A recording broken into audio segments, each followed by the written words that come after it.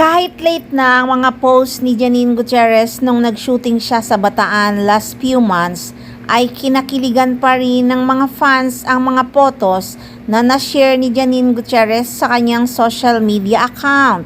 Kasi nandun din talaga si Echo.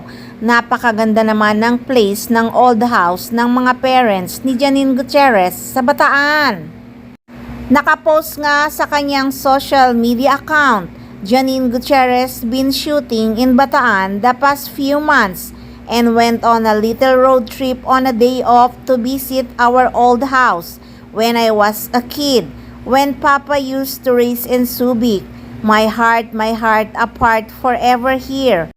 I'm older now than my parents were during the time we had this house, and I don't know how they pulled it off. But this was such a great time. Thank you, Mama and Papa. Kaya tuloy sa ganda ng place ay nag-request ang mga fans. Next vlog, riding a horse naman with Echo. Ayan tuloy, nag-request ang mga fans. Ang ganda naman kasi ng place ng kinatatayuan ng old model ng house ng parents ni Janine Gutierrez.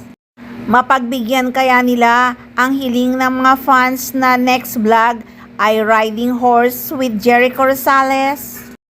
Ay nako, wala na talagang tatalo sa kaswitan ni Jericho Rosales. Pati ba naman sa shooting ni Janine Gutierrez sa Bataan ay talagang nandun din siya.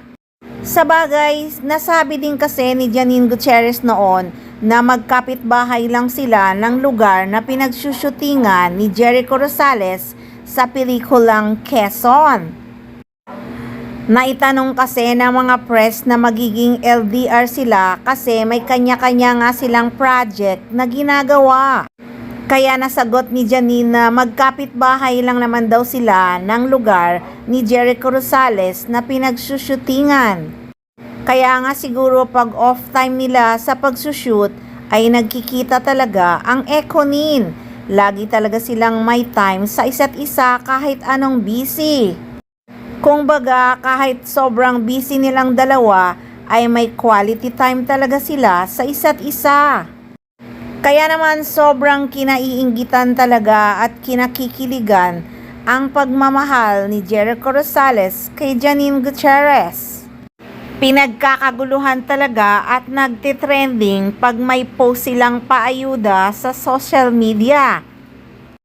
Mga fans talaga namang busog na busog sa paayuda ng Econin.